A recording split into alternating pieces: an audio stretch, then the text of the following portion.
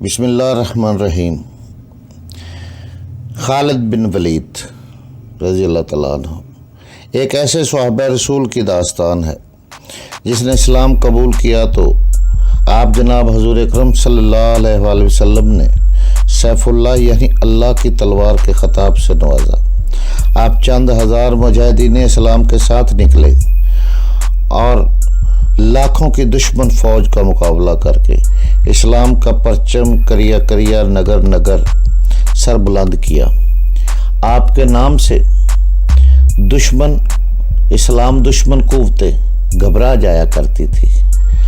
آپ جس ملک پر بھی حملہ کرتے وہاں فوجیں دوڑ جایا کرتی تھی۔ آپ کو ہمیشہ اللہ تعالیٰ نے عزت بخشی، آپ فتح یاب ہوئے۔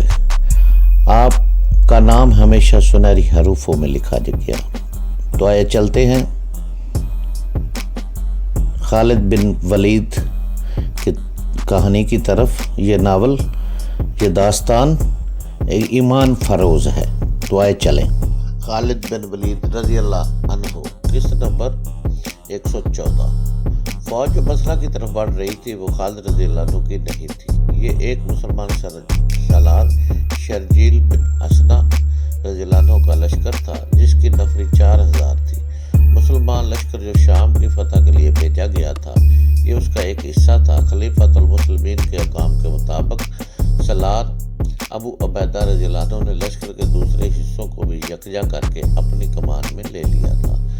بصرہ پر شرجیل رضی اللہ عنہ کے حملے کا پس منظر یہ تھا کہ خلیفۃ المسلمین نے ابو عبیدہ رضی اللہ عنہ کو ایک خط لکھا تھا: میں نے خالد رضی اللہ عنہ بن ولید کو یہ کام سونپا ہے کہ رومیوں پر چڑھائی کرے۔ تم پر اس کی اطاعت فرض ہے، کوئی کام اس کے حکم کے خلاف نہ کرنا۔ میں نے اسے تمہارا امیر مقرر کیا ہے۔ مجھے احساس ہے کہ دین کے معاملات میں تم خالد رضی اللہ عنہ سے برتر ہو اور تمہارا رتبہ اونچا ہے، لیکن جنگ کی جو مہارت خالد رضی اللہ عنہ کو ہے وہ تمہیں نہیں۔ اللہ ہم سب کو صراط المستقیم پر چلنے کی توفیق دے۔ خالد رضی اللہ عنہ کو اس لشکر کا سالار اعلیٰ مقرر کیا گیا۔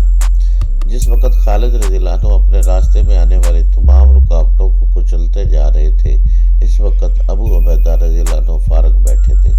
خالد رضی اللہ عنہ نے جب برچراہت کے مقام پر بھی دشمن کو شکست دے دی تو ابو عبیدہ رضی اللہ عنہ نے اپنے سالاروں کو بلایا۔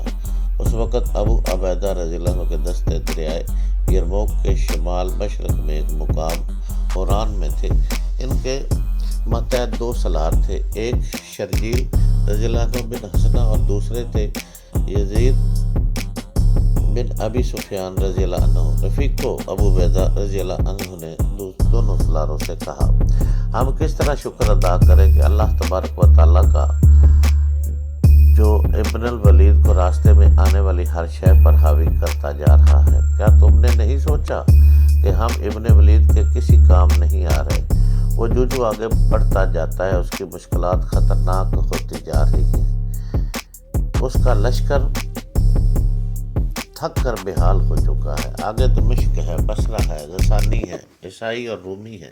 کیا یہ تینوں یہ نہیں سوچ رہے ہوں گے کہ مسلمانوں کو آگے آنے دیں، اور جب وہ مسلسل کوچ اور لڑائیوں سے شل ہو جائیں اور ان کی نفری کم ہو جائے تو انہیں کسی مقام پر گھیر کر ختم کر دیا جائے؟ رومیوں نے ایسا ضرور سوچا ہوگا، سالار یزید رضی اللہ عنہ نے کہا۔ رومی لڑنے والی قوم ہے اور اس کے سالار عقل والے ہیں۔ خدا کی قسم، میں رومیوں کو ایسا موقع نہیں دوں گا۔ ابو عبیدہ رضی اللہ عنہ پر جوش لہجے میں کہا: کیا ہم اتنی دور سے ابن ولید کی کوئی مدد نہیں کر سکتے؟ بے شک کر سکتے ہیں۔ تم نے جو سوچا ہے وہ ہمیں بتا۔ ابو عبیدہ رضی اللہ عنہ شرجیل رضی اللہ عنہ بن اسنا نے کہا: اللہ اس کا مددگار ہے۔ ابن ولید کے آگے دمشق اور بصرہ 2 ایسے مقام ہیں جہاں رومی اور غسانیوں نے اپنی فوجیں جمع کر رکھی ہوں گی۔ ابو عبیدہ رضی اللہ عنہ نے کہا: اس سے پہلے کہ سالار اعلیٰ ابن ولید بصرہ پہنچے، ہم بصرہ پر حملہ کر دیتے ہیں۔ اس سے یہ ہوگا کہ رومی اور غسانی بھی تازہ دم نہیں رہیں گے۔ ابن حسنہ ابو عبیدہ رضی اللہ عنہ نے شرجیل رضی اللہ عنہ سے کہا: میں یہ کام تمہیں سونپتا ہوں، 4000 کی نفری کافی ہوگی۔ ابو عبیدہ رضی اللہ عنہ نے سلار شرجیل رضی اللہ عنہ بن اسلم کو ہدایات دی اور بصرہ کو روانہ کر دیا۔ اس وقت خالد رضی اللہ عنہ مرج راحت سے فارغ ہو چکے تھے اور انہوں نے ابو عبیدہ رضی اللہ عنہ کے نام یہ پیغام دے کر قاصد کو روانہ کر دیا تھا کہ ابو عبیدہ رضی اللہ عنہ اپنے دستوں کے ساتھ انہیں بصرہ کے قریب کہیں ملے۔ خالد رضی اللہ عنہ نے مرج راحت کے قصبے کے باہر 2-4 روز قیام کیا تھا۔ شرجیل رضی اللہ عنہ 4000 مجاہدین کے ساتھ بصرہ پہنچ گئے۔ رومی بصرہ کے باہر خیمہ زن تھے۔ وہ سمجھے کہ یہ خالد رضی اللہ عنہ کی فوج ہے۔ ان کے جاسوسوں نے انہیں بتایا کہ اس فوج کا سلار کوئی اور ہے۔ مورخ لکھتے ہیں کہ اس رومی فوج کے سلار یہ سمجھے کہ یہ مسلمانوں کی فوج کا ہراول ہے اور پوری فوج پیچھے آ رہی ہے۔ وہ مان نہیں سکتے تھے کہ اتنی فوج اتنے بڑے شہر کو محاصرے میں لینے آئی ہے۔ رومی فوج جس کی تعداد 12000 تھی قلعے کے اندر چلی گئی۔ بصرہ قلعہ بند شہر تھا۔ شرجیل رضی اللہ عنہ قلعے کے قریب مغرب کی طرف کیمپ تھا اور اپنے لشکر کو کئی دستوں میں تقسیم کر کے قلعے کے ہر طرف متعین کر دیا۔ 2 دن گزر گئے۔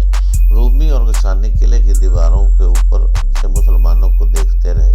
شرجیل رضی اللہ عنہ نے قلعے کے ارد گرد کچھ نہ کچھ حرکت جاری رکھی۔ دشمن قلعے سے دور دور بھی دیکھتا تھا۔ اسے توقع تھی کہ مسلمانوں کی پوری فوج آ رہی ہے۔ اسے اب اپنے جاسوسوں کے ذریعے کوئی خبر نہیں مل سکتی تھی کیونکہ قلعہ محاصرے میں تھا۔ سلار شرجیل رضی اللہ عنہ بن اسلم کے متعلق یہ بتانا ضروری ہے کہ وہ رسول اکرم صلی اللہ علیہ وسلم کے قریبی صحابی تھے جو صحابہ کرام وحی لکھتے تھے۔ ان میں شرجیل رضی اللہ عنہ خاص طور پر قابل ذکر ہے۔ اسی والے سے انہیں کاتب رسول کہا جاتا تھا۔ شرجیل رضی اللہ عنہ کا زہد و تقویٰ تو مشہور تھا ہی، وہ فن حرب و ضرب اور میدان میں جنگ میں قیادت کی مہارت بھی رکھتے تھے اور کہا کرتے تھے کہ انہوں نے یہ فن خالد رضی اللہ عنہ سے یمامہ کی جنگ میں پھر آتش پرستوں کے خلاف لڑائیوں میں سیکھا ہے۔ معاصرہ بصرہ کے وقت ان کی عمر 70 سال سے کچھ ہی کم تھی۔ جذبے اور جوش و خروش کے لحاظ سے وہ جوان تھے۔ ان کی شہ سواری تیز زنی جوانی جیسی تھی۔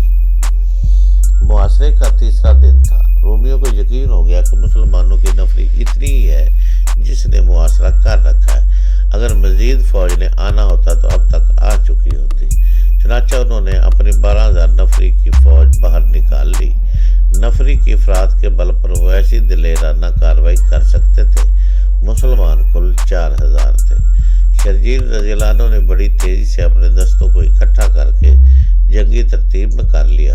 اس طرح دونوں فوجیں آمنے سامنے آ گئی۔ اے رومیوں، شرجیل رضی اللہ عنہ نے آگے آ کر بلند آواز سے کہا، خدا کی قسم ہم بھاگنے کے لیے نہیں آئے۔ اپنی پہلی شکستوں کو یاد کرو۔ تمہارے میدان میں ہم سے زیادہ تھے۔ خون خرابے سے تم بچتے کیوں نہیں؟ ہماری شرطیں سن لو اور اپنے شہر اور اپنی آبادی کو تباہی سے بچا لو۔ ہم شکست کھانے کے لیے باہر نہیں آئے۔ رومی سلار نے آگے بڑھ کر کہا، واپس چلے جاؤ اور زندہ رہو۔ وہ کوئی اور تھے جنہوں نے تم سے شکستیں کھائی تھی۔ خدا کی قسم ہم لڑائی سے منہ نہیں موڑیں گے، شرجیل رضی اللہ عنہ نے اعلان کیا، لیکن تمہیں ایک موقع دیں گے کہ سوچ لو، آگے آؤ، ہماری شرطیں سن لو۔ مکالموں اور للکار کا تبادلہ ہوا۔ رومی سلاروں نے شرائط پر بات چیت کرنے کا فیصلہ کر لیا۔ ان کا سپہ سلار آگے گیا، ادھر سے شرجیل رضی اللہ عنہ آگے گئے۔ بول اے مسلمان سلار، رومی سلار نے کہا، اپنی شرائط بتا، اسلام قبول کر لو۔ شرجیل رضی اللہ عنہ نے کہا، یہ منظور نہیں تو جزیہ ادا کرو، یہ بھی منظور نہیں تو لڑائی کے لیے تیار ہو جاؤ۔ ہم اپنا مذہب نہیں چھوڑیں گے، رومی سلار نے کہا، اور ہم جزیہ نہیں دیں گے۔ لڑائی کے لیے ہم تیار ہیں۔ اس کے ساتھ ہی رومی سلار نے مسلمانوں پر حملے کا حکم دے دیا۔ رومیوں کی تعداد 3 گنا تھی۔ شرجیل رضی اللہ عنہ اپنے 4000 مجاہدین کو جنگی ترتیب میں سفرا کر رکھا تھا۔ انہیں اپنی نفری کی قلت کا بھی احساس تھا۔ انہوں نے اپنے دونوں پہلوؤں کو پھیلا دیا تاکہ دشمن گھیرے میں نہ لے سکے۔ رومی جنگجو اور ان کے سلار تجربہ کار تھے۔ وہ مسلمانوں کو گھیرے میں لینے کی کوشش کر رہے تھے۔ لڑائی غسمان کی تھی۔ شرجیل رضی اللہ عنہ قاصدوں کو دائیں بائیں دوڑا رہے تھے اور مجاہدین کو للکار بھی رہے تھے۔ مجاہدین اپنی روایت کے مطابق بے جگری سے لڑ رہے تھے، لیکن رومی 12,000 تھے، ان کے سلارے نے دائیں بائیں پھیلاتے جا رہے تھے۔ شرجیل رضی اللہ عنہ نے اپنے دائیں اور بائیں دیکھا تو انہیں اپنے دستوں کی صورتحال بڑی تشویشناک دکھائی دی۔ ایسی صورتحال پسپائی کا مطالبہ کیا کرتی ہے، لیکن شرجیل رضی اللہ عنہ کی للکار پر مجاہدین کا جوش و جذبہ بڑھ گیا۔ وہ پسپائی کے نام سے ناواقف تھے، ان پر جنونی کیفیت طاری ہو گئی اور 4-5 گھنٹے گزر گئے۔ پھر وہ صورت پیدا ہو گئی جس سے شرجیل رضی اللہ عنہ بچنے کی کوشش کر رہے تھے۔ دشمن کے پہلو پھیل کر مسلمانوں کے پہلوؤں سے آگے نکل گئے تھے، وہ گھیرے میں آ چکے تھے۔ اندر کی طرف نہیں سکڑنا۔ شرجیل رضی اللہ عنہ نے اپنے دونوں پہلوؤں کے کمانداروں کو پیغام بھیجے، باہر کی طرف ہونے کی کوشش کرو۔ شرجیل رضی اللہ عنہ کی چالیں بیکار ہونے لگی۔ بے شک مسلمانوں کا جذبہ رومیوں کی نسبت زیادہ تھا، لیکن رومی تعداد میں اتنے زیادہ تھے کہ مسلمانوں پر غالب آ سکتے تھے۔ اللہ کے پرستاروں، شرجیل رضی اللہ عنہ نے للکار کر کہا، فتح یا موت، فتح یا موت، فتح یا موت۔ اللہ سے مدد مانگو، اللہ کی راہ میں جانے دے دو، اللہ کی مدد آئے گی۔